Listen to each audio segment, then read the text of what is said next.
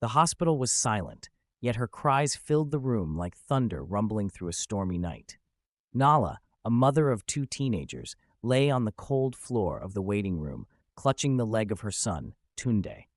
Her wails echoed through the hall as if they could bring back her other son, Dio, who lay unresponsive in the next room.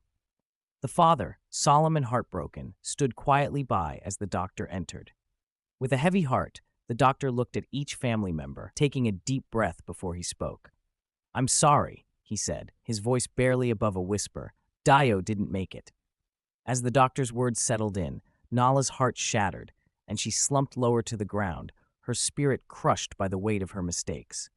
Her thoughts took her back 15 years, to a time before her children were born, back to when her life was a different kind of emptiness. 15 years earlier, Nala had been married to her husband, Adi, for over a decade, yet their home remained silent, with no laughter of children to brighten their days.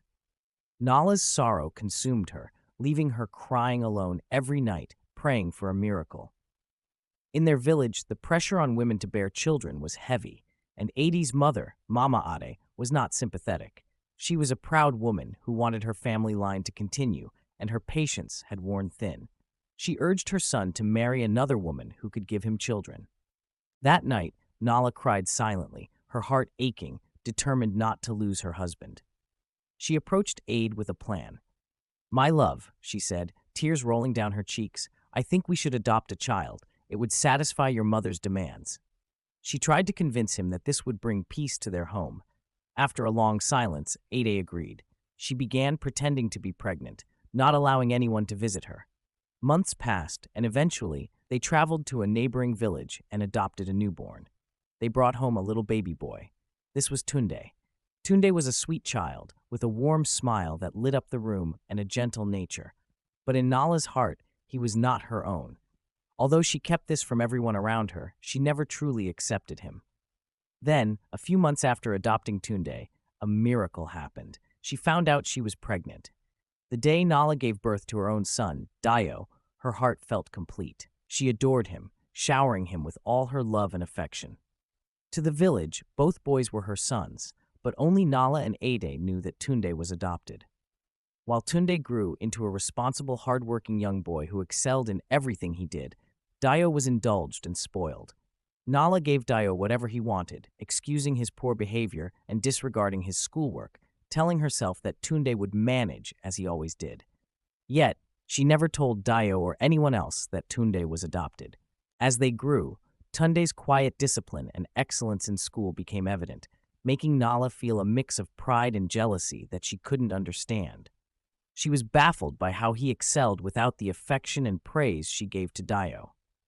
Secretly, this difference brewed bitterness in her heart, and she started treating Tunde with increasing coldness, even punishing him harshly for the smallest mistakes while excusing Dio's tantrums and poor grades.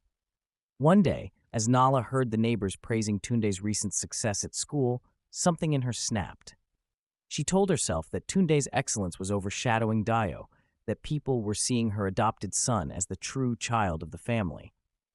In a moment of madness, she decided that Tunde needed to be put in his place, and she came up with a dark plan. She prepared a meal for Tunde, lacing it with poison. When Tunde received the food, he placed it on his bed and went to wash a spoon in the kitchen. Just as he was returning, Dio came home from school.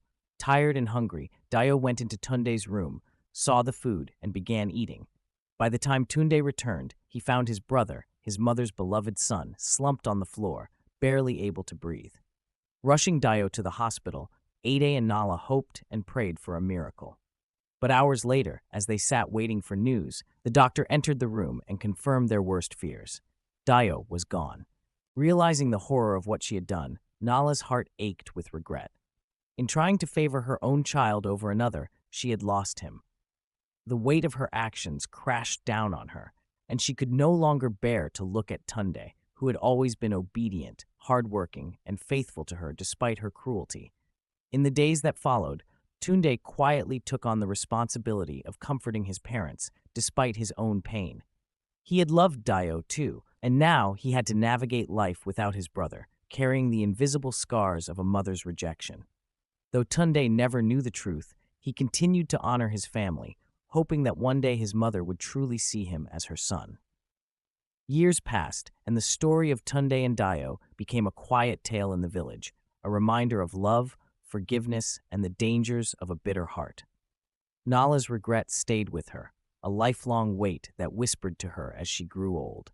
And in her heart, she prayed that one day Tunde would forgive her for the love she had failed to show him when he needed it most. As Tunde became a man, he kept his parents close, honoring them despite the secrets they held. He grew into the wise and compassionate leader of the village, known for his strength, forgiveness, and kindness, a legacy that outshone the pain of his past. If you enjoyed this story, don't forget to like, subscribe, and share for more powerful tales like this one.